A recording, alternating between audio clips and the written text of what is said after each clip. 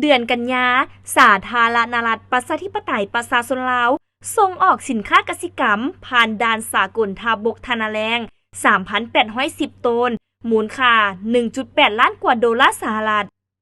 กระทรวงกสิกรรมและสิ่งแวดล้อมรายงานวันที่21ตุลา2025ว่า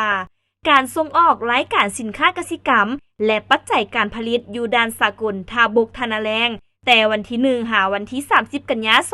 2025ซึ่งมีบรรดารายการที่สำคัญคือ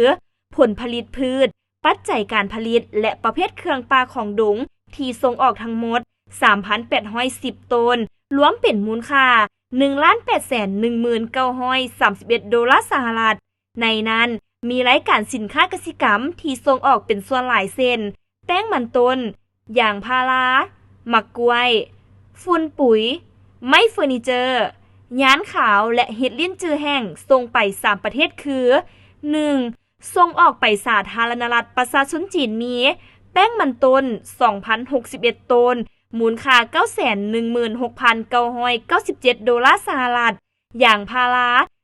1,356 ตนมูลค่า 2,343,873 ดอลลาร์สหรัฐมะกล้วย 1,747 ตนมูลค่า 891,261 ดอลลาร์สหรัฐฝุ่นปุ๋ย 660 ตนมูลค่า 215,160 ดอลลาร์สหรัฐ 2. ส่งออกไปประเทศสเปนมี